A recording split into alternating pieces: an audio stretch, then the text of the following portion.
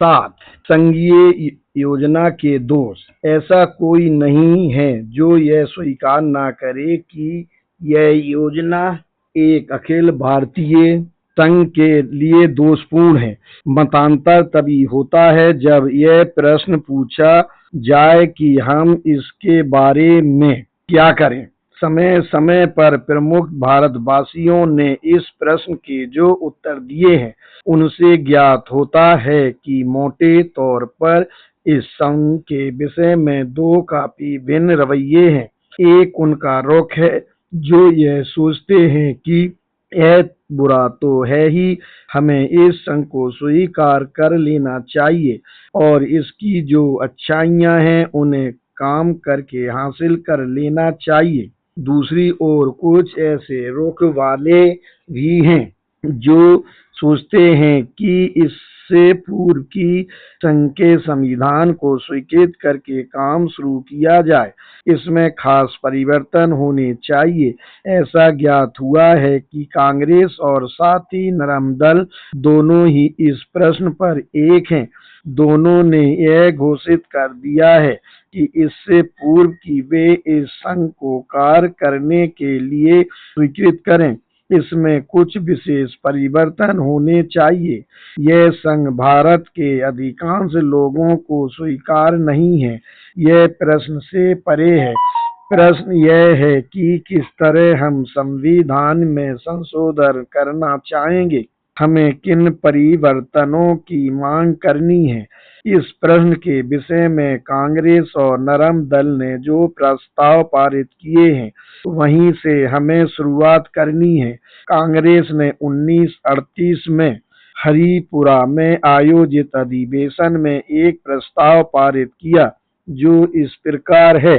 कांग्रेस ने नवीन संविधान को रद्द कर दिया है और यह घोषणा की है कि भारत का संविधान जिसे लोग स्वीकार कर सकते हैं स्वतंत्रता पर आधारित होना चाहिए और यह संविधान सभा द्वारा लोग स्वयं ही तैयार कर सकते हैं जिसमें कोई विदेशी प्राधिकरण हस्तक्षेप नहीं करेगा। कांग्रेस ने संविधान को रद्द करने की इस नीति का अनुसरण करते हुए भी प्रांतों में कांग्रेस मंत्रिमंडलों के गठन की अनुमति दे दी है, जिसका उद्देश्य यह है कि देश में स्वतंत्रता संग्राम को सशक्त बनाया जाए। प्रस्तावित संघ के संबंध में इस प्रकार के विचार अस्थायी रूप से अथवा सीमित समय के लिए लागू नहीं होते, तथा इस संघ के आरोपण से भारत को भारी क्षति पहुंचेगी और ये बंधन अधिक कड़े हो जाएंगे जो साम्राज्यवादी शासन के अधीन देश को जकड़े हुए हैं। संघ की यह योजना सरकार के उत्तरदायी महत्वपूर्ण कार्यों के क्षेत्र से अलग है। कांग्रेस संघ के विचार के विरुद्ध नहीं है, परंतु वास्तविक संघ ऐसा होना चाहिए जिसमें दायित्व के प्रश्न से भी अलग ऐसी स्वतंत्रता इकाइयों का समावेश हो जो न्यूनाधिक मात्रा में समान रूप से स्वाधीनता तथा नागरिक स्वतंत्रता और चुनाव की लोकतांत्रिक प्रक्रिया द्वारा प्रतिनिधित्व का लाभ उठा सके। संघ में सहभागी होने वाले देशी राज्यों का प्रतिनिधित्व करने वाली संस्थाओं तथा जिम्मेदार सरकार की स्थापना नागरिक स्वतंत्रता और संघीय सदनों के चुनाव के तरीके प्रांतों के अनुरूप होने चाहिए। अन्यथा संघ जैसा कि आज विचार किया गया है भारत की एकता के निर्माण की बजाय अलगाववादी प्रवृत्तियों को बढ़ावा देगा तथा राज्यों में आंतरिक और बाह्य संघर्ष होने लगेंगे।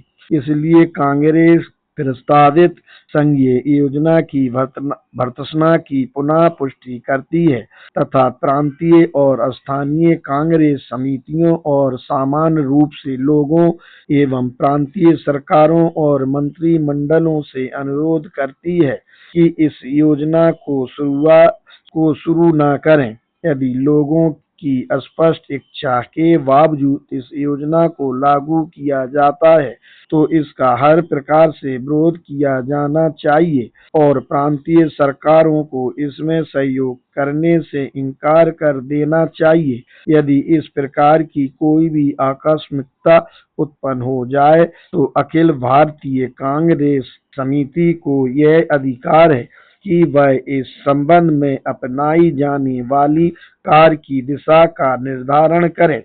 बम्बई में आयोजित अपने गत अधिवेशन के समय राष्ट्रीय उदारवादी संघ द्वारा पारित प्रस्ताव इस प्रकार है। राष्ट्रीय उदारवादी संघ अपना मत पुनः दोहराता है कि संविधान, विशेष रूप से भारत सरकार अधिनियम 1935 में दिए गए केंद्र के संबंध में नितांत असंतोषजनक है और अनेक दृष्टिकोणों से प्रगतिशील नहीं है।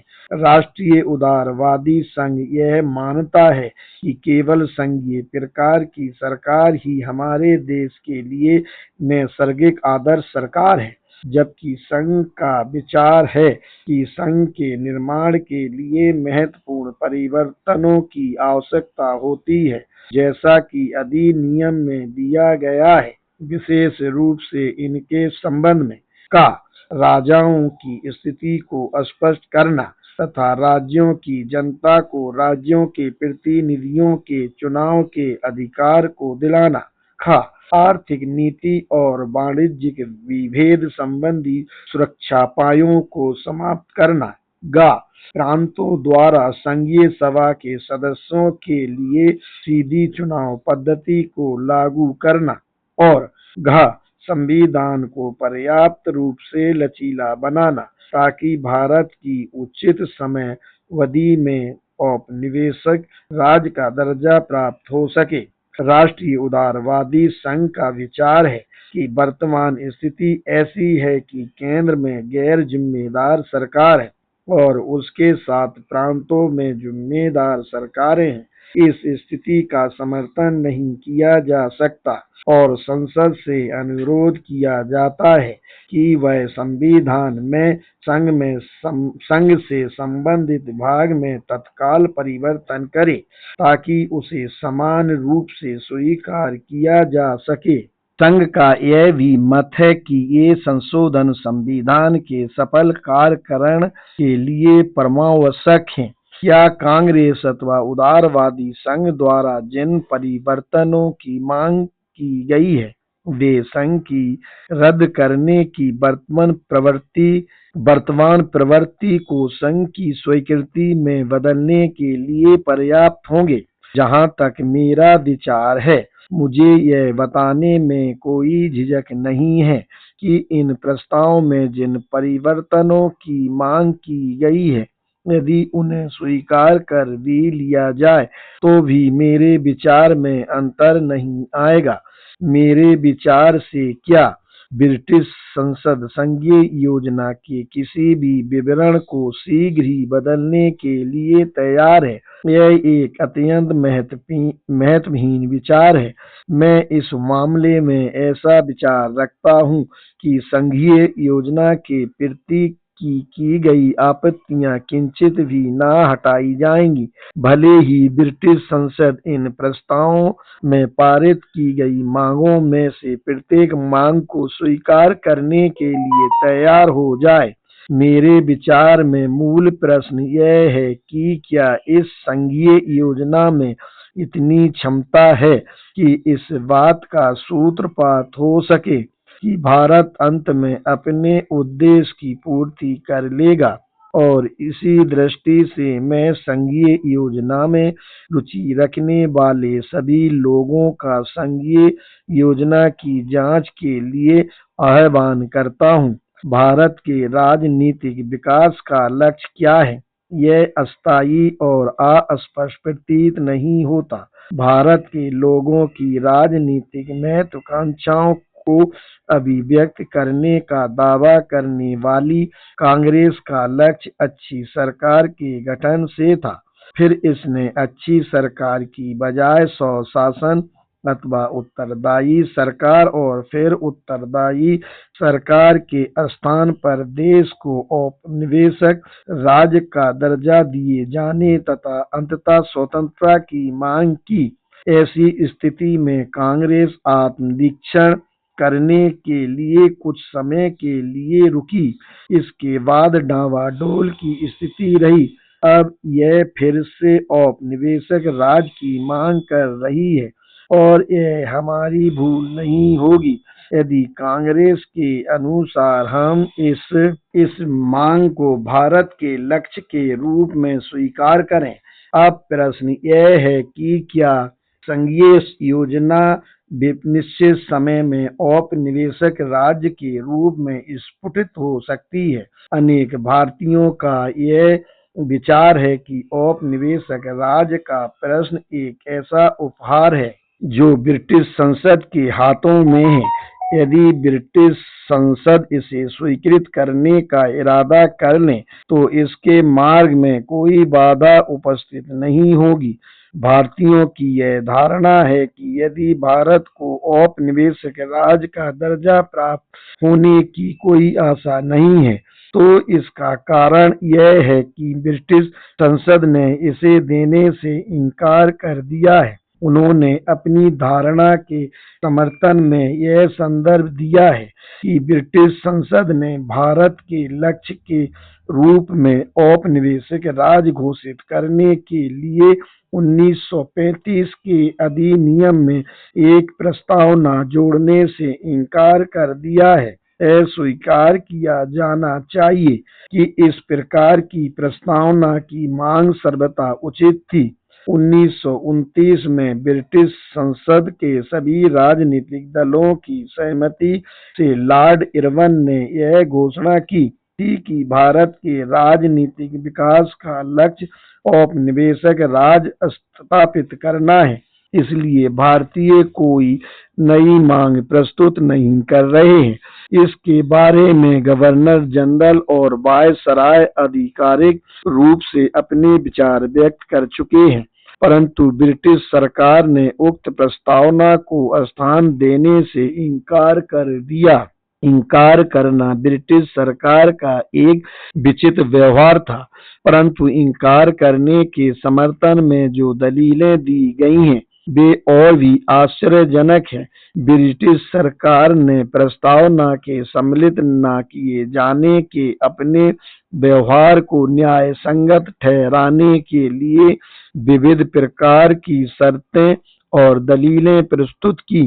पहला आधार यह था कि यह प्रस्तावना निरर्थक थी और इसकी कोई भी प्रचलन शक्ति नहीं थी, परंतु इस प्रकार की दलील का सरलता से निराकरण किया जा सकता था। संसद के सभी अधिनियमों में प्रस्तावनाएं हैं जिनमें संसद के उद्देश्य और इरादे को अभिव्यक्त किया गया है।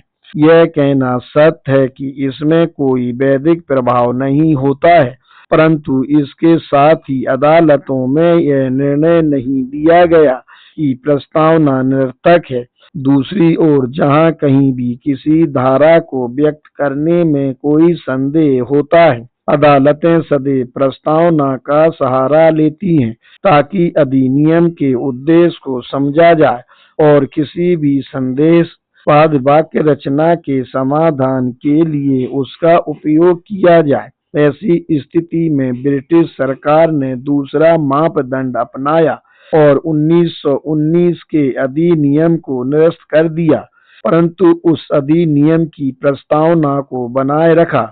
यह बात अत्यंत अजीब है। सर्वप्रथम यदि प्रस्तावना बेअर्थ है तो 1919 के अधिनियम के एक भाग के रूप में अधिनियमित प्रस्तावना को सुरक्षित रखने की कोई आवश्यकता नहीं है। दूसरे, यदि 1919 के अधिनियम की प्रस्तावना आवश्यक थी तो उसे 1935 के अधिनियम के एक भाग के रूप में नए तरीके से अधिनियमित कर देना चाहिए था, जिसे ब्रिटिश सरकार नहीं करेगी। इसकी बजाय उसने इस बात को वरीयता दी कि सिर को धड़ से अलग करके विचित्र दृश्य प्रस्तुत किया जाए। अब इसका सिर 1919 के निरस्त अधिनियम और धड़ 1935 के वर्तमान अधिनियम के रूप में है। तीसरे, भारतीय लोग ऐसी प्रस्तावना चाहते थे जिससे औपनिवेशिक राज परिलक्षित हो, जैसा कि लॉर्ड इरविन के घोषणा पत्र में इसका उल्लेख किया गया है। 1919 के अधिनियम की प्रस्तावना सिर्फ उत्तरदायी सरकार की बात कहती है। इसमें औपनिवेशिक राज की कोई बात नहीं कही गई है और 1919 के अधिनियम में प्रस्तावना को बनाए रखने का अर्थ यह था कि जहां तक संभव हो इस मूर्खतापूर्ण कार्य के बारे में कम से कम कहा जाए। ब्रिटिश संसद ने लक्ष्य के रूप में औपनिवेशिक राज को परिभाषित करने वाली प्रस्तावना को अधिनियमित करने से क्यों इनकार कर दिया? ब्रिटिश संसद मांग को स्वीकृति प्रदान करने की बजाय इधर-उधर क्यों देखती रही? इस संबंध में आम तौर पर यही स्पष्टीकरण दिया जाता है कि यह एल्बियन इंग्लैंड का विश्वासघात है। मेरा अपना विचार इससे नितांत भिन्न है। ब्रिटिश संसद ने प्रस्तावना के अधिनियमन द्वारा औपनिवेशिक राज का वचन इसलिए नहीं दिया क्योंकि उसने यह अनुभव किया कि इस वचन का पालन कर पाना उसकी शक्ति से परे है। ब्रिटिश संसद में ईमानदारी का अभाव नहीं था, वास्तव में यह उसकी ईमानदारी थी जिसके कारण ऐसी प्रस्तावना को अधिनियमित करने से उसने इनकार कर दिया, क्योंकि उसे यह पता था कि वह इस प्रकार की प्रस्तावना को लागू नहीं कर सकेगी। उसमें साहस का अभाव था कि भारतीयों को यह बता सके कि संघीय योजना में औपनिवेशिक राज के लिए कोई स्थान नहीं है। संघीय योजना के अंतर्गत औपनिवेशिक राज क्यों संभव नहीं है? यह इसलिए संभव नहीं है क्योंकि उत्तरदायी सरकार प्राप्त करना संभव नहीं है।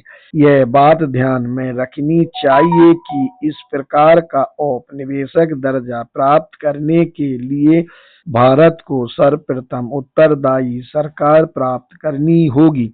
एक उत्तरदायी सरकार प्राप्त करने के लिए यह आवश्यक है कि आरक्षित विषयों को हस्तांतरित वर्ग में कर दिया जाए। यह औपनिवेशिक राज के विकास की प्रक्रिया की प्रथम अवस्था है। आप में से कुछ इन कारणों को जानना चाहेंगे कि मैं यह क्यों कहता हूँ कि आरक्षित विषय हस्तांतरित विषय नहीं बन सकते। उन्हें अवश्य याद होगा कि प्रांतीय योजना में वे आरक्षित विषय थे जैसा कि वे संघीय योजना में हैं, और वे यह जानना चाहेंगे कि यदि आरक्षित विषय 20 वर्ष के अंतराल में हस्तांतरित विषय हो गए हैं तो ऐसी क्या कठिनाई हो सकती है कि इस प्रकार की बातें संघीय पद्धति में ना हो।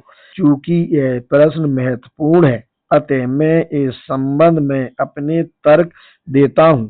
सर्वप्रथम, प्रांतों का सादृश्य समानता सही नहीं है। इस बात पर ध्यान देना महत्वपूर्ण है कि यह समानता ठीक क्यों नहीं है। यह इसलिए ठीक नहीं है कि प्रांतीय योजना में आरक्षित और हस्तांतरित विषयों के बीच भेद प्रशासकीय क्षमता की आवश्यकताओं पर आधारित था। आरक्षित और हस्तांतरित विषयों के मध्य भेद संघीय योजनाओं में विधि सम्मत आवश्यकता पर आधारित होता है, प्रशासकीय क्षमता पर आधारित नहीं होता, तथा इसके लिए किसी प्रमाण की आवश्यकता नहीं है। साइमन कमीशन ने केंद्र में द्वैध शासन की सिफारिश क्यों नहीं की?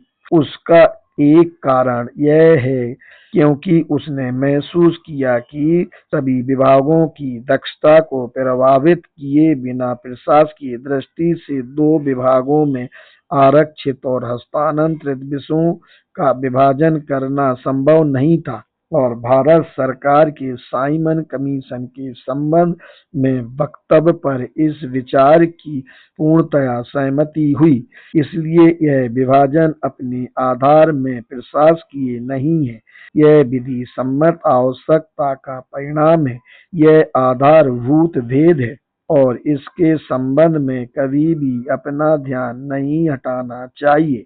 यह विधि सम्मत आवश्यकता किस प्रकार उत्पन्न होती है? मेरा कहना है कि कतिपय विषयों को आरक्षित करने की विधि सम्मत आवश्यकता देशी राज्यों के कारण उत्पन्न होती है।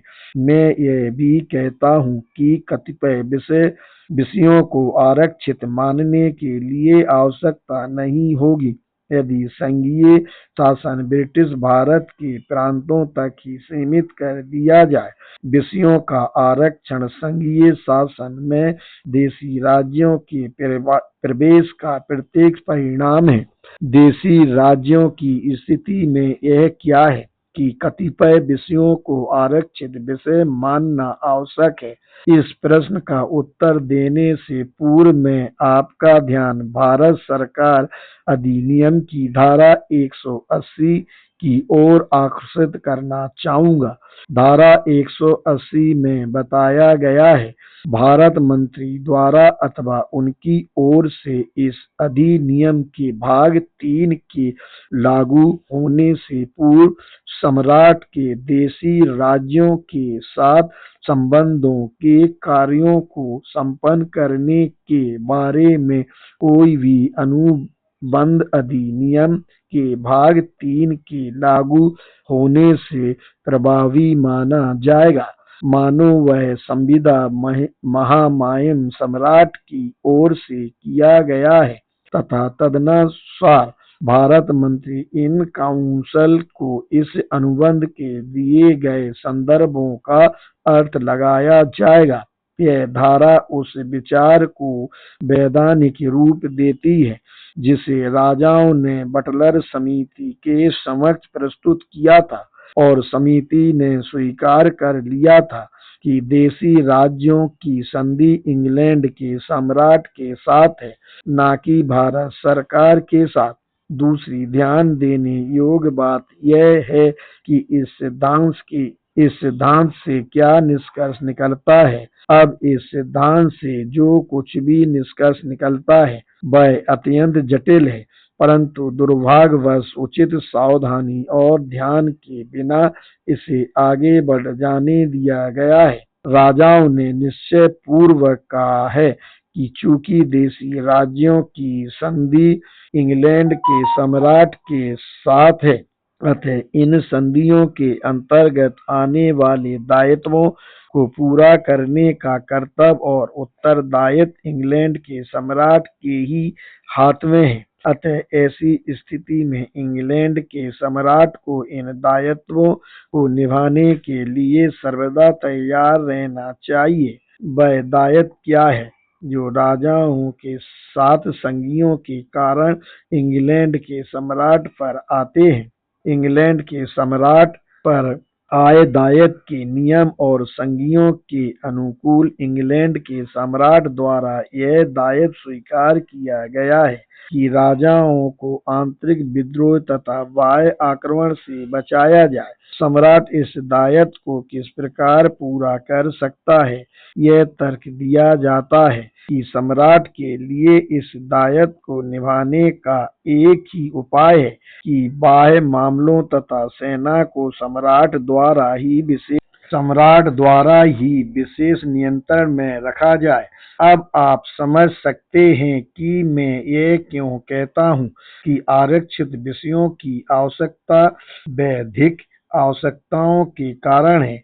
यह बौद्धिक आवश्यकता सम्राट के संधि संबंधी दायित्वों के कारण पैदा होती है और जब तक संधि के अनुसार संबंधों का आधार बना रहता है, जैसा कि धारा 180 में कहा गया है, तब तक आरक्षित विषय हस्तांतरित नहीं हो सकते। चूंकि आरक्षित विषय हस्तांतरित विषय नहीं हो सकते, अतः उत्तरदायी सरकार के लिए कोई स्थान नहीं है और औपनिवेशिक राज की तो और भी कम संभावना है। मैंने अंतिम लक्ष्य की दृष्टि से संविधान का विश्लेषण किया है और उससे मेरा विश्वास है किसी को भी यह कहने में हिचक नहीं होगी कि यह संविधान एक स्थिर और कठोर संविधान है। इसमें परिवर्तन नहीं हो सकता, अतः इसका विकास नहीं हो सकता।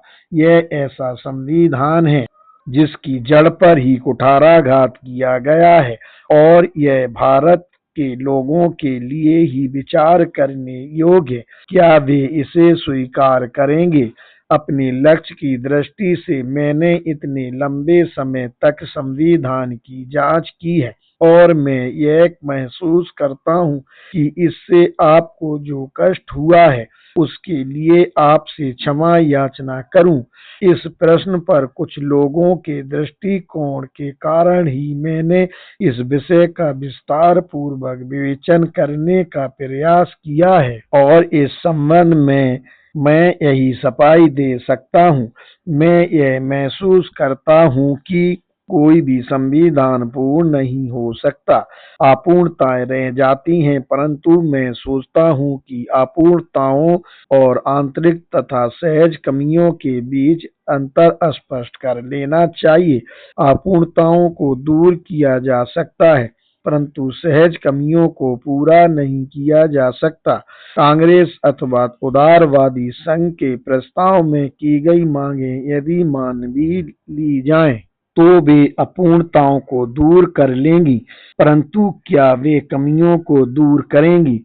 मैं अपूर्णताओं की ओर ध्यान नहीं दूंगा यदि मुझे आश्वस्त कर दिया जाए कि कोई कमियां नहीं हैं। इस संविधान की सबसे बड़ी कमी यह है कि यह औपनिवेशिक राज की ओर अग्रसर नहीं होगा।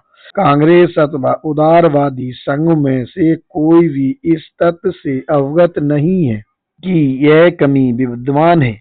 उनकी मांगों का भारत के राजनीतिक विकास के लक्ष्य से कोई संबंध नहीं है, वे उसका उल्लेख भी नहीं करते।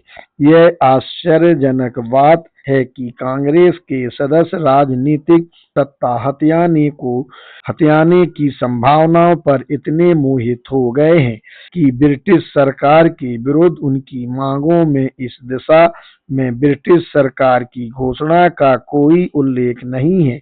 परंतु यदि कांग्रेस भूल भी जाती है तो भारत के लोग नहीं भूल सकते और उन्हें भूलना भी नहीं चाहिए। यदि ऐसा किया गया तो यह घातक सिद्ध होगा।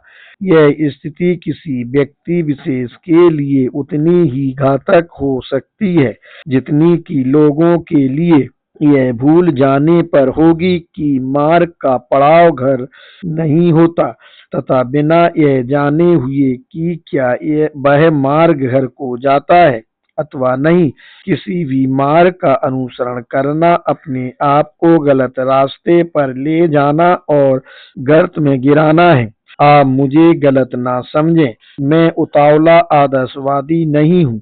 मैं अनुक्रमवाद में विश्वास करने वाले उस व्यक्ति की भर्त्सना नहीं करता जो प्रतीक्षा करने तथा किस्तों में लेने के लिए तैयार है। यद्यपि यह ऐसा व्यक्ति होता है कि जो 1 रुपये के वैध दावे का अधिकारी है परंतु केवल एक आना मांगता है और उस समय अपनी विजय घोषित करता है जब उसे 1 पाई मिल जाती है। ऐसे व्यक्ति को दया का पात्र ही मानना चाहिए। मैं जो कुछ भी चाहता हूँ वह यह है कि यदि परिस्थितियां अनुक्रमवादी बनने के लिए बाध्य करें तो हमें यथार्थवादी बनने से नहीं चूकना चाहिए। किसी भी एक किस्त के स्वीकार करने से पूर्व हमें सावधानी पूर्वक इसकी जांच कर लेनी चाहिए और अपने को इस बात से संतुष्ट कर लेना चाहिए कि वह पूरे दावे की प्राप्ति का घोतक है अथवा अन्यथा जैसा प्रायः घटित होता है कि जो एक क्षण के लिए अति श्रेष्ठ है वह दूसरे ही क्षण बेहतर स्थिति के लिए शत्रु बन जाता है। आप में से कुछ पूछना चाहेंगे कि भारत किस प्रकार औपनिवेशिक राज्य बन सकता है। मेरा उत्तर यह है कि भारत तभी औपनिवेशिक राज बन सकता है जब संघ में सम्मिलित राजा इसको स्वीकार करने की अनुमति दें। यदि राजा लोग भारत के औपनिवेशिक राज बनने में आपत्ति करते हैं तो भारत को औपनिवेशिक राज का दर्जा प्राप्त नहीं हो सकता। संघ भारत के राजनीतिक विकास की डोर राजाओं के हाथ में थमाए हुए है। भारत का भाग राजाओं के द्वारा नियंत्रित किया जाएगा। भविष्य के इस विचार को आप में से अधिकांश लोग अधिक अनोखा महसूस करेंगे। हम सभी संसद की सार्वभौमिकता के संबंध में डायसी के विचार से संतृप्त हैं। हम सभी ने उनसे सीखा है कि संसद सर्वोच्च है, यहाँ तक कि वह इतनी सर्वोच्च मानी जाती है कि वह पुरुष को महिला और महिला को पुरुष बनाने के सिवाय सब कुछ कर सकती है। यह अस्वाभाविक नहीं होगा कि आप में से कुछ यह पूछें कि राजा लोग इस मार्ग में किस प्रकार से अवरोध पैदा कर सकते हैं जबकि ब्रिटिश संसद सर्वोच्च है। आप इस प्रस्थापन को स्वीकार करने के लिए कुछ प्रयत्न करेंगे कि ब्रिटिश संसद को भारतीय संघ के संबंध में कोई सर्वोच्चता प्राप्त नहीं है। संघीय संविधान के परिवर्तन के संबंध में उसका प्राधिकार अब भारत सरकार अधिनियम में बहुत ही सीमित है। भारतीय राजनीतिज्ञों ने अपने दुख और आक्रोश की भावना को उस तथ्य से अभिव्यक्त किया है कि भारतीय विधायकों को अधिनियम द्वारा कोई भी निर्वाचनकारी शक्ति नहीं दी गई है। भारत सरकार अधिनियम के अंतर्गत संघीय विधानमंडल अथवा प्रांतीय विधानमंडल में से किसी के पास भी संविधान में परिवर्तन अथवा संशोधन करने की शक्तियां नहीं है। इस अधिनियम की धारा 308 के अनुसार केवल संघीय विधानमंडल और प्रांतीय विधानमंडल को यह अनुमति दी गई है कि वे संविधान में किसी भी परिवर्तन की सिफारिश करने हेतु कोई प्रस्ताव पारित कर सकते हैं और भारत मंत्री को इस बात के लिए वाद कर सकते हैं कि वह उस प्रस्ताव को संसद के दोनों सदनों में प्रस्तुत करे। यह बात अमेरिका, ऑस्ट्रेलिया, जर्मन फेडरेशन और स्विट्जरलैंड के संविधान में वर्णित उपबंधों के विपरीत है। ऐसा कोई कारण नहीं है कि भारत में विधानमंडलों को कतिपय परिभाषित सीमाओं में से इस प्रकार की संविधान निर्वाचनकारी शक्तियां नहीं दी जाएं, जबकि वे सभी वर्गों और सभी हितों के पूर्ण प्रतिनिधि हैं।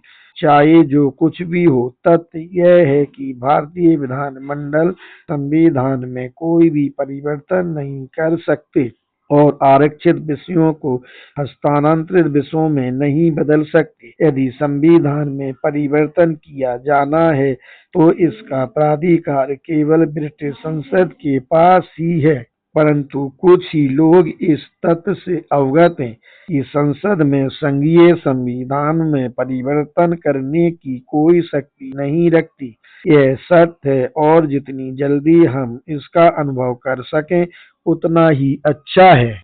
इस दृष्टि से अनुसूची 2 का महत्व आवश्यकता से अधिक नहीं समझा जा सकता। मुझे खेद है कि इसने इतना अधिक ध्यान आकर्षित नहीं किया जितना कि इसे करना चाहिए था। अनुसूची 2 न केवल एक चार्टर है अपितु एक चार्ट भी है जिसके साथ संविधान गतिशील हो सकता है। इस पूरी अनुसूची का सावधानी से अध्ययन करना आवश्यक है। अनुसूची 2 में क्या कहा गया है? अनुसूची 2 में बताया गया है कि भारत सरकार अधिनियम के कतिपय उपबंधों को संसद द्वारा संशोधित किया जा सकता है और अधिनियम के कुछ अन्य निश्चित उपबंधों को संसद द्वारा संशोधित नहीं किया जा सकता। यह कहने का एक अन्य सरल तरीका है कि संसद सर्वोच्च नहीं है और संविधान में परिवर्तन करने का उसका अधिकार सीमित है। उस समय क्या होगा यदि संसद उस अधिनियम के उपबंधों को संशोधित करे जिसके संबंध में अनुसूची 2 में कहा गया है कि इन उपबंधों को संसद द्वारा संशोधित नहीं किया जाएगा। इस संबंध में उत्तर की दृष्टि से अनुसूची 2 में कहा गया है कि इस प्रकार का अधिनियम संघ में देशी राज्यों के विलय को प्रभावित करेगा, जिसका अर्थ होगा कि विलय पत्र के संयोजनकारी स्वरूप को नष्ट करना, अर्थात यदि संसद द्वारा इस अधिनियम के किसी भी उपबंध में संशोधन किया जाता है जिसके बारे में अनुसूची 2 में बताया गया है कि ऐसे उपबंध में संशोधन नहीं किया जाएगा, जो राजाओं को संघ से अलग होने का अधिकार प्राप्त हो जाएगा। मैं इस तथ्य से अवगत हूँ कि कुछ कुप्रख्यात अधिवक्ताओं ने अलग विचार प्रस्तुत किया है। उनकी धारणा है कि यदि एक बार राजा लोग संघ में शामिल हो जाते हैं तो वे इससे बाहर नहीं जा सकते। मैं अपने मत को पहले ही अभिव्यक्त कर चुका हूँ और उसे आप जितना योग्य समझें उतनी मान्यता दें, पर मैं यह कहना चाहूँगा कि मेरा मत नितांत आधारहीन नहीं है। चाहे कुछ भी क्यों न हो, हाउस ऑफ कॉमन्स में भारत सरकार के बिल पर बहस के दौरान महान्यायवादी और भारत मंत्री ने इसी प्रकार की व्याख्या की है जैसा कि मैं अभी व्यक्त कर रहा हूँ। महान्यायवादी ने कहा था, देशी राज्य ऐसे संघीय ढांचे में सम्मिलित होने के लिए सहमत नहीं होंगे जो सीमाओं में निश्चित और असंदिग्ध हैं तथा स्पष्टतः हम बाद में इस ढांचे को पूर्णतया बदल नहीं सकते। इस वाक्य खंड का उद्देश्य यह है कि उन मामलों को प्रस्तुत करना चाहिए जो आधारभूत अथवा विलय पत्र से टकराए बिना परिवर्तित किए जा सकते हैं। यदि इस संरचना को आधारभूत ढंग से परिवर्तित किया गया तो अलबत्ता देशी राज्यों को यह स्पष्ट रूप से कहने का अधिकार मिल जाएगा कि यह ऐसा संघ नहीं है जिसमें हमने अपने को सम्मिलित होने की स्वीकृति दी। भारत मंत्री ने कहा था, यदि आप उस बिल के कुछ भागों में संशोधन करते हैं जो देशी राज्यों को प्रभावित करता है तो स्पष्टतः आप उन शर्तों में परिवर्तन करेंगे जिनके अनुसार वे संघ में सम्मिलित होने के लिए स्वीकृति दे चुके हैं, और निश्चय ही इससे एक ऐसी स्थिति पैदा होगी जिसमें राजा लोग सही अर्थ में यह दावा कर सकेंगे कि उनके विलय पत्र में परिवर्तन किया गया है। इसका निश्चय ही यह अर्थ है कि हम उस बिल के किसी भाग में संशोधन नहीं कर सकते जो संघियों को प्रभावित करता है और जिनके अंतर्गत राजाओं ने सहमति व्यक्त की। यदि हम उनके विलय पत्र को प्रभावित करने वाले बिल में कोई परिवर्तन करते हैं तो स्पष्टतः इससे वह समझौता भंग हो जाएगा जो राजाओं और संसद के बीच में किया गया है तथा इसके बाद राजा लोग मुक्त हो जाएंगे। प्रत्येक व्यक्ति द्वारा यह स्वीकार किया जाएगा कि राज्यों से जब संघीय ढांचे में सम्मिलित होने के लिए कहा जाएगा तो इस बिल की सामान्य योजना के अंतर्गत उन्हें संघ के कतिपय पक्षों के बारे में जानने का अधिकार होगा। यह एक बेतुकी स्थिति होगी यदि किसी राज्य में इस महीने संघ में सम्मिलित होने के लिए कहा जाए और फिर यह सदन अगले महीने संघ के उपबंधों के आधारभूत पक्षों में परिवर्तन करे जिसके लिए राज्य विलय के लिए तैयार हुआ था। इसलिए इस प्रकार की कोई अनुसूची आवश्यक है। इस बिल के वर्गीकरण द्वारा संवैधानिक कार्य प्रणाली में बदलाव लाए बिना संशोधन किया जाना चाहिए, जिसमें राज्यों ने विलय के लिए स्वीकृति दी है। अनुसूची की योजना अधिनियम के उपबंधों के बनाने के लिए है, जिनके संशोधन से राज्य के विलय पत्र की वैधता प्रभावित नहीं होती है। कोई सोचता है कि बिल के उन भागों को निर्धारित कर दिया जाए जिसके संशोधन से राज्य के विलय पत्र की वैधता प्रभावित नहीं हो, और इसके विपरीत ऐसे विषयों को वर्गीकृत कर दिया जाए जिनके संशोधन से विलय की वैधता प्रभावित होगी। इस प्रकार की अनुसूची तैयार करते समय इसकी परिभाषा करने में अधिक सावधानी रखी जानी चाहिए कि ऐसे क्या वैध मामले हैं जिनमें राज्यों के शासकों को यह कहने का अधिकार है कि उनकी सहमति के बिना कोई संशोधन नहीं किया जाएगा। अलबत्ता कुछ सीमांत मामले भी होंगे। ऐसी स्थिति में लघु संशोधन किए जा सकते हैं जिनसे वर्तमान स्थिति में कोई बड़ा अंतर वास्तव में न होगा और यह अत्यंत अतार्किक होगा। यदि राज्य इस प्रकार के संशोधनों पर आपत्ति उठाए और यह कहे कि हम इस चार बिंदु पर अपने अधिकारों के लिए खड़े हैं जो हमारे विलय पत्र की वैधता को प्रभावित करता है, यह सही है कि कोई भी मामला जिसे मैं शक्ति का समान संतुलन कह सकता हूँ, जो वास्तव में कार्यकारी नियंत्रण के आरक्षण के प्रश्न तथा ऐसे मामले हैं जिन्हें गवर्नर जनरल अपने विवेक द्वारा निपटा सकता है, और ऐसे मामले जो संघ के निर्माण के लिए अधिक महत्व रखते हैं और राज्यों से जिन्हें स्वीकार करने को कहा गया है, उनकी सहमति के बिना उनमें संशोधन नहीं किया जाना चाहिए। गवर्नर जनरल में विहित विशेष शक्तियों का कुल क्षेत्र संघ के आवश्यक लक्षणों में से एक लक्षण है। यह एक ऐसा भाग है जिसके लिए राज्यों को यह कहने का अधिकार है वह एक परिवर्तन है अथवा उसे परिवर्तित किया गया है, परंतु इससे भारत का विकास किसी प्रकार से रुक नहीं सकता है। राज्यों के साथ विचार विमर्श के लिए कुछ विषय हो सकते हैं क्योंकि वे उस संघ से पृथक किसी अन्य प्रकार के संघ की रचना करेंगे जिसमें विलय के लिए राज्य तैयार हुए हैं। इसलिए यह प्रश्न उठता है कि उस समय क्या होगा जब संसद इस प्रकार के परिवर्तन करे जो अनुसूची 2 के अनुसार ऐसे परिवर्तन समझे जाते हैं जो विलय पत्र को प्रभावित करेंगे। इस संबंध में उत्तर यह है कि राजाओं को यह अधिकार होगा कि वे संघ से बाहर हो जाएं, अतः इस परिवर्तन का परिणाम यह होगा कि संघ भंग हो जाएगा। ऐसे कौन से परिवर्तन हैं जो विलय पत्र को प्रभावित किए बिना नहीं किए जा सकते हैं?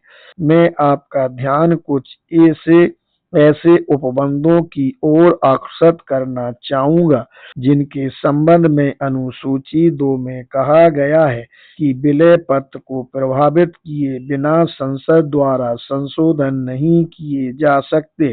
अनुसूची 2 के अनुसार संविधान में कोई भी ऐसे परिवर्तन नहीं किए जा सकते जिनका संबंध 1 संघ के कार्यकारी प्राधिकार का गवर्नर जनरल द्वारा प्रयोग, 2 गवर्नर जनरल के कार्यों की परिभाषा, 3 संघ का कार्यकारी प्राधिकार, 4 मंत्री परिषद के कार्य और मंत्रियों का चयन तथा आह्वान और उनकी कार्यावधि, 5 गवर्नर जनरल के निर्णय करने का अधिकार कि क्या उसे यह अधिकार होगा कि वह अपने विवेक से कार्य करे अथवा अपने व्यक्तिगत निर्णय का प्रयोग करे, 6 बाह्य मामलों और रक्षा के संबंध में गवर्नर जनरल के कार्य, 7 भारत अथवा भारत के किसी भाग की शांति और अमन से संबंधित गवर्नर जनरल के विशेष उत्तरदायित्व, 8. संघीय शासन की वित्तीय स्थिरता और साख। 9. देशी राज्यों के अधिकार और उनके शासकों के अधिकार तथा उनकी प्रतिष्ठा। 10. इस अधिनियम के द्वारा अथवा इसके अधीन अपने विवेक से कार्यों को निपटान अथवा अपने व्यक्तिगत निर्णय का प्रयोग। 11. गवर्नर जनरल को महामहिम के लिखित अनुदेशों। और 12. संघीय शासन के कार्य के संबंध में गवर्नर जनरल के लिए भारत मंत्री के तत्वाधान में अपने विवेक से सूचना के आदान प्रदान तथा प्रेषण हेतु नियम बनाने। अनुसूची 2 उन बातों का व्यापक संग्रह है जिसमें यह दिया गया है कि संविधान के अंतर्गत क्या न करें। मैंने इनमें से कुछ बातों का उल्लेख किया है, परंतु ये बातें यह दिखाने के लिए पर्याप्त हैं कि संविधान में परिवर्तन करने के लिए संसद के पास कितने सीमित प्राधिकार हैं। संसद का प्राधिकार सीमित क्यों है? इस बात को समझने के लिए यह आवश्यक है कि संसद के प्राधिकार की सही सीमाओं को जाना जाए। कानून के अनुसार संसद का प्राधिकार कानून बनाने तक होता है और यह केवल ऐसे देशों पर लागू होता है जो सम्राट के अधीनस्थ क्षेत्र हैं, राज्य सम्राट के अधीन नहीं है और उनमें से कोई भी, यहाँ तक कि उनमें से सर्वोत्तम राज्य भी संसद के कानून बनाने के प्राधिकार के अधीन नहीं है। भारत सरकार अधिनियम से राज्यों की इस स्थिति में कोई अंतर नहीं आता। राज्य संघ के बावजूद विदेशी राज्य क्षेत्र हैं, जैसे कि वे संघ से पूर्व थे। यह भारतीय संघ के बारे में सबसे असाधारण स्थिति है, अर्थात अलग अलग इकाइयां अपने में ही विदेशी राज्य हैं। चूंकि यह अधिनियम राज्यों को सम्राट के अधीनस्थ क्षेत्र नहीं मानता, अतः संसद को कोई अधिकार नहीं है कि वह उनके बारे में कोई कानून बनाए। संसद विलय पत्र के कारण राज्यों पर अपना प्राधिकार रखती है। ऐसा होने के कारण संसद का प्राधिकार जो उसे राज्यों ने विलय पत्र द्वारा हस्तांतरित किया है, वहीं तक ही सीमित हो सकता है। यदि क्योंकि प्रीवी काउंसिल की ही भाषा का प्रयोग किया जाए तो यह कहा जा सकता है कि कोई भी धारा अपने स्रोत से ऊपर नहीं उठ सकती। इसी प्रकार संसद के पास विलय पत्र द्वारा दिए गए प्राधिकार से बढ़कर राज्यों पर प्राधिकार नहीं हो सकता। इसी से यह स्पष्ट होता है कि संशोधन के बारे में संसद का प्राधिकार सीमित क्यों है। अभी तक जो विश्लेषण किया गया है उससे यह प्रतीत होता है कि विलय पत्र द्वारा परिवर्तन करने के लिए संसद को दिया गया प्राधिकार सीमित है और प्राधिकार में किसी भी अधिक के लिए राजाओं से पूर्व सहमति ली जानी चाहिए। इस अधिनियम के उपबंधों के वैधिक प्रभाव के रूप में यह स्तब्धकारी नहीं हो सकता, परंतु इस तथ्य पर विचार किया जाए कि जिन उपबंधों में परिवर्तन करने की संसद को कोई शक्ति नहीं है, उनमें ऐसे उपबंध शामिल हैं जो रक्षा और विदेशी मामलों को आरक्षित विषयों के वर्ग से हस्तांतरित विषयों में परिवर्तन करने से संबंधित है और उसके पास तब तक कोई शक्ति नहीं होगी जब तक राजा लोग स्पष्ट रूप से यह पुष्टि करने के लिए सहमति न दे दें कि यह संसद का प्राधिकार है और उसे ऐसा करने की अनुमति है। आप यह अनुभव करने की स्थिति में होंगे कि ऐसे संघ के परिणाम कितने भयंकर हो सकते हैं। संघ की स्थापना का अर्थ यह है कि स्वामित्व की शक्ति संसद के हाथों से निकलकर राजाओं के हाथों में चली गई है। यह संघ राजाओं को अपना भाग विधाता बनाता है। उनकी सहमति के बिना भारत राजनीतिक रूप से प्रगति नहीं कर सकता। इस संघ के अन्य परिणामों पर भी ध्यान दिया जाना चाहिए। मैं इस समय केवल एक परिणाम का उल्लेख करूंगा, वह यह है कि यदि इस संघ को स्वीकार कर लिया जाए तो ब्रिटिश भारत के लोगों की परिवर्तन के लिए उनके संघर्ष की स्थिति कमजोर हो जाएगी। अभी तक भारतीय लोग और ब्रिटिश संसद के बीच संघर्ष की स्थिति में ब्रिटिश संसद सदैव ही कमजोर रही है। उसके पास अपनी इच्छा शक्ति के सिवा लोगों के परिवर्तन के अधिकार का विरोध करने के लिए कुछ भी न था। संघ के बाद विपरीत स्थिति हो जाएगी, भारतीय लोग कमजोर स्थिति में होंगे और संसद की स्थिति अधिक मजबूत हो जाएगी। संघ के बाद संसद यह कहने की स्थिति में होगी कि वह परिवर्तन की मांग को स्वीकार करने के लिए इच्छुक है, परंतु परिवर्तन के लिए उसका प्राधिकार सीमित है। इसलिए परिवर्तन की मांग उठाने से पूर्व भारतीयों को राजाओं की सहमति प्राप्त कर लेनी चाहिए। ऐसी कोई बात नहीं है जिससे संसद को यह मुद्दा बनाने से रोका जाए। भारतीय उस स्थिति में क्या उत्तर देंगे यदि वे एक बार संघ को स्वीकार कर लेते हैं और इसके परिणाम स्वरूप इसमें विहित लक्ष्यार्थों को स्वीकार कर लेते हैं। 8. संघ की नीति। हम देशी राज्यों का क्या करेंगे? यह ऐसा प्रश्न है जो प्रायः पूछा जाता है। गणतंत्र में आस्था रखने वालों की इच्छा है कि देशी राज्यों का पूर्ण उन्मूलन कर दिया जाए। जो लोग सरकार के स्वरूप के बारे में चिंता नहीं करते, वे इस विचार को रद्द कर देंगे, परंतु उन्हें भी इस विचार का पालन करना चाहिए कि जो सर्वोत्तम ढंग से कार्य करता है वही सर्वोत्तम है।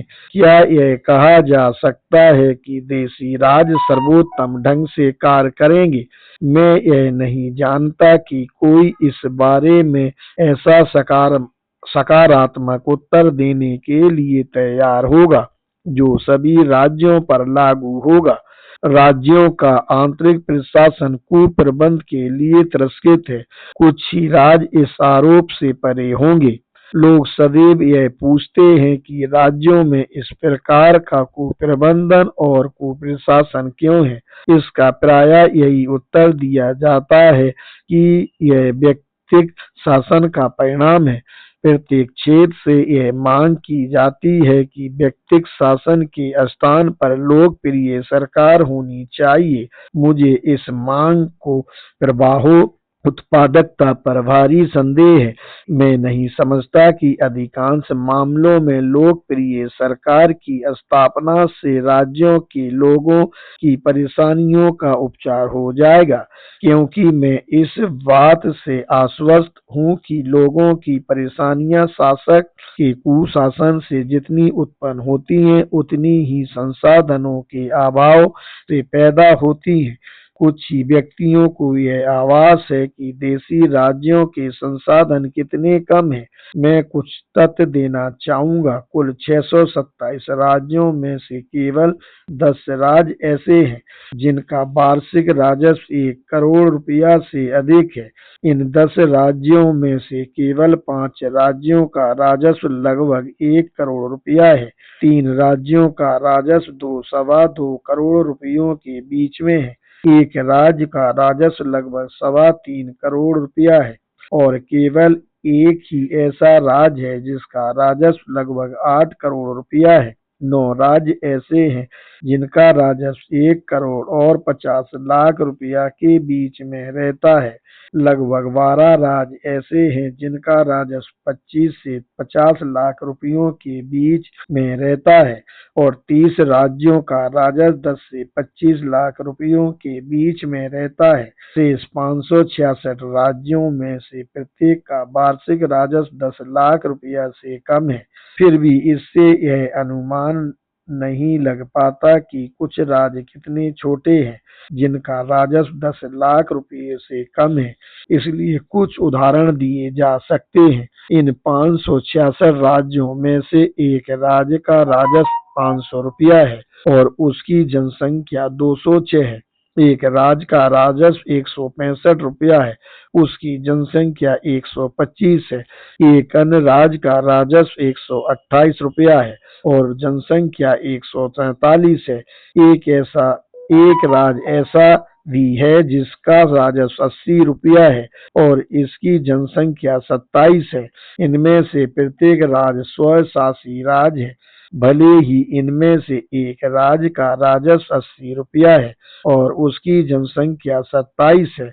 इन राज्यों के स्वशासी होने का अर्थ यह है कि इनमें से प्रत्येक राज्य को अपने ऊपर यह उत्तरदायित्व लेना चाहिए कि वह अपनी प्रजा को ऐसी सभी सेवाओं की आपूर्ति करे जिनका संबंध कानून और व्यवस्था के अंतर्गत राजस्व कार्यपालिका और न्यायपालिका के मामलों से हो और ऐसी सभी सेवाओं की आपूर्ति की जानी चाहिए जो सार्वजनिक कल्याण कार्य जैसे शिक्षा, सफाई, सड़क आदि को प्रभावित करती है। हम बम्बई के लोग 12 करोड़ रुपयों के राजस्व से शिष्ट प्रशासन के मानक को बनाए रखने में कठिनाई महसूस करते हैं। अन्य प्रांतों में भी समान राजस्व के होते हुए भी इसी प्रकार की कठिनाई रहती है। ऐसी स्थिति में अल्प राजस्व और अन्य जनसंख्या वाले ये छोटे राज्य अपने लोगों की किसी भी मांग को कैसे पूरा कर सकते हैं? सर्वोत्तम आदर्श और उद्देश्य से प्रेरित राजा के होते हुए भी यह कार्य नैराश्यपूर्ण है। अब केवल यही मार्ग है कि देशी राज्यों द्वारा अधिकृत कुल क्षेत्र का पुनर्गठन किया जाए। इसका उचित समाधान यह होगा कि निश्चित आकार और निश्चित राजस्व वाले क्षेत्र को निर्धारित किया जाए और इसे एक प्रांत में संगठित कर लिया जाए तथा इन क्षेत्रों के शासकों को पेंशन दे दी जाए। केवल ऐसे ही राज्यों को बनाए रखना चाहिए जिनके राज्य और जिनके क्षेत्र और राजस्व को देखते हुए यह कहा जा सकता है कि वे अपने संसाधनों के कारण ऐसी स्थिति में हैं कि प्रशासन का उत्तम मानक उपलब्ध करा सकते हैं। जो राज्य इस परीक्षण में खरे नहीं उतरते उन्हें समाप्त कर देना चाहिए। इसके अलावा कोई अन्य मार्ग नहीं है। मेरी धारणा है कि ऐसा करना हमारा पुनीत कर्तव्य है। मैं समझता हूँ कि कुछ लोग यह मानेंगे कि राजा को अपने राज्य क्षेत्र में शासन करने का अधिकार विरासत में मिला है, परंतु मैं यह जानना चाहता हूँ कि राजा के अधिकार और प्रजा के कल्याण में अधिक महत्वपूर्ण क्या है। मैं इस बात से आश्वस्त हूँ कि राज्यों के सबसे अच्छे मित्र भी यह नहीं कहेंगे कि राजा के अधिकार प्रजा के कल्याण से अधिक महत्वपूर्ण है। यदि इन दोनों में संघर्ष है तो किसे हट जाना चाहिए? इस बारे में मुझे विश्वास है कि राज्यों के सबसे अच्छे मित्र भी यह नहीं कहना चाहेंगे कि राजा के अधिकारों को बनाए रखने के लिए लोगों के कल्याण की बलि दे दी जाए। देशी राज्यों के पुनर्गठन का प्रश्न राजनीतिक प्रश्न नहीं है। मेरे विचार में यह विशुद्ध प्रशासकीय और आवश्यक प्रश्न है। इसका समाधान न करना राज्यों के उन लाखों लोगों की भर्त्सना करना है जो निरंतर दुखी और असुरक्षित जीवन बिता रहे हैं। मैं जिस उपाय को सुझाव दे रहा हूँ वह कोई क्रांतिकारी उपाय नहीं है। किसी राजा को पेंशन देना, उसके राज्य पर अधिकार करना विधि सम्मत मार्ग है और यह भूमि अधिग्रहण अधिनियम के उन नियमों के अंतर्गत है जिनसे हम परिचित हैं और जिनके द्वारा सार्वजनिक हित के लिए निजी अधिकारों और संपत्तियों के अर्जन के लिए अनुमति दी जाती है। दुर्भाग्यवश देशी राज्यों के प्रश्न का समाधान अभी तक इस दृष्टिकोण से नहीं किया गया है। एक अत्यंत महत्वपूर्ण प्रश्न जिसे मैं आपके सामने रखना चाहता हूँ यह है कि संघ की स्थापना के बाद क्या इस प्रश्न का समाधान करने में आप स्वतंत्र होंगे? मैं कहता हूँ कि ऐसा नहीं होगा। शायद आप पूछना चाहेंगे कि ऐसा क्यों है और इस प्रकार का निष्कर्ष कैसे निकाला है। मैं पहले ही बता चुका हूँ कि संघ में सम्मिलित होने के संबंध में प्रांतों और राज्यों का अलग अलग आधार है। प्रांतों के समक्ष कोई विकल्प नहीं है, उन्हें संघ की इकाइयां बनने के लिए सहमत होना चाहिए। राज्यों के समक्ष विकल्प है, वे संघ में सम्मिलित हो सकते हैं अथवा संघ में सम्मिलित होने से इनकार कर सकते हैं।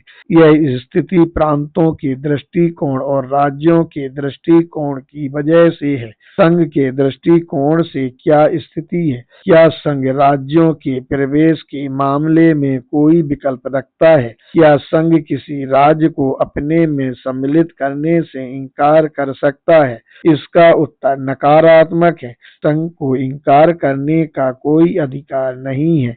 राज्य को संघ में प्रवेश करने का अधिकार है, परंतु संघ को 20 वर्ष तक के लिए किसी भी दशा में उसके प्रवेश करने से इनकार करने का कोई अधिकार नहीं है। स्थिति यह है। अब किसी भी राज्य के संघ में प्रवेश करने का क्या अर्थ है? मेरे विचार से राज्य के संघ में प्रवेश करने का अर्थ है राज्य की प्रभुसत्ता को मान्यता देना। उसकी प्रभुसत्ता को मान्यता देने का अर्थ उसके अस्तित्व को मान्यता देना है, जिसका अर्थ यह है कि उसने अपने राज्य क्षेत्र तथा आंतरिक प्रशासन की शक्तियों की गारंटी की सत्यनिष्ठा का अधिकार है। यह बात उस राज्य पर भी लागू होगी। यह बात उस राज्य पर भी लागू होगी जिसकी जनसंख्या 27 है और जिसका राजस्व 80 रुपया है। संघ में राज्य के प्रवेश के निहितार्थों को ध्यान में रखते हुए मैं यह सुझाव देने में पूर्णतः न्याय संगत हूँ कि देशी राज्यों के राज्य क्षेत्र का पुनर्गठन संघ की स्थापना के बाद संभव नहीं होगा और देशी राज्यों के लोग कुशासन और कुप्रशासन के सदैव शिकार रहेंगे। क्या ब्रिटिश भारत अब इस मामले में कुछ कर सकेगा? मेरे विचार से ब्रिटिश भारत ऐसी स्थिति में नहीं है कि इस मामले में कुछ कर सके। यदि ब्रिटिश भारत ने अपने लिए उत्तरदायी सरकार प्राप्त कर ली होती तो वह अधिकार पूर्वक यह कहने की स्थिति में होता कि किस राज्य को प्रवेश करने देना चाहिए और इसके लिए क्या शर्त होगी। वह संघ में प्रवेश के लिए राज्यों पर उनके राज्य क्षेत्र को बड़ी इकाइयों में पुनर्गठन करने की पूर्व शर्त लगाने की स्थिति में होता। दुर्भाग्यवश ब्रिटिश भारत में उत्तरदायी सरकार नहीं है। वास्तव में केंद्र में उत्तरदायी सरकार रखने के उसके अधिकार को नकार दिया गया है और राज्यों के प्रवेश पर उसे आश्रित बना दिया गया है। अब ब्रिटिश भारत का भाग यह है कि कोई राज्य नहीं और कोई उत्तरदायित्व नहीं। अब ब्रिटिश भारत ऐसी स्थिति में नहीं है कि राज्यों के सामने शर्त रख सके। वह ऐसा तभी कर सकता था जब उसकी उत्तरदायी सरकार होती। यही कारण है कि मैंने कहा है और सदैव इस बात को स्वीकार किया है कि ब्रिटिश भारत के लोगों को सबसे पहले संघ की और ब्रिटिश भारत तक सीमित उत्तरदायित्व की मांग करनी चाहिए। यदि एक बार उसे प्राप्त कर लिया जाता है तो चहुओर स्वतंत्रता और श्रेष्ठ सरकार के आधार पर अखिल भारतीय संघ के लिए संभव मार्ग होगा। यह संभावना समाप्त हो जाएगी यदि यह संघ अस्तित्व में आता है। मैं पहले ही संघीय योजना की कतिपय कमियों की ओर आपका ध्यान आकर्षित कर चुका हूँ। अभी मैंने कमी की अपेक्षा कुछ अन्य गहन बातें की और आपका ध्यान आकर्षित किया है। यह संघ की स्थिति है, यह संघ की नियति है। जहाँ तक राज्यों के लोगों का संबंध है, यह दुर्भाग्यपूर्ण है। यह ऐसा है कि यदि एक बार कार्यान्वित कर लिया गया तो उससे कभी भी छुटकारा नहीं मिलेगा। देशी राज्य की समस्या एक ऐसी समस्या है जिसका मेरा विश्वास है सर्वोपरि सत्ता द्वारा उन उपायों से निराकरण किया जा सकता है जिनके बारे में मैंने सुझाव दिया है, अथवा किसी ऐसी युक्ति से उसका समाधान किया जा सकता है जो जनता के कल्याण में बराबर लगी हुई है। यदि वे समस्या का हल करना चाहते हैं, सर्वोपरि सत्ता हिंदू धर्म की त्रिमूर्ति के समान है। यह ब्रह्मा है क्योंकि इसने राज्यों को जन्म दिया है। यह विष्णु है क्योंकि इसने उनका संरक्षण किया है। यह शिव है क्योंकि उसमें उनको नष्ट करने की शक्ति है। सर्वोपरि सत्ता ने राज्यों के संबंध में अलग अलग समय पर यह सभी शुभ भूमिकाएं अदा की हैं। एक समय इसने शिव की भूमिका अदा की, अब यह विष्णु की भूमिका अदा कर रही है। राज्यों के संबंध में विष्णु की भूमिका का निर्वाह लोगों को भला करने की दृष्टि से क्रूरतम कार्य है। क्या ब्रिटिश भारत को इसका एक पक्ष होना चाहिए? यह बात आपके विचार करने के लिए है।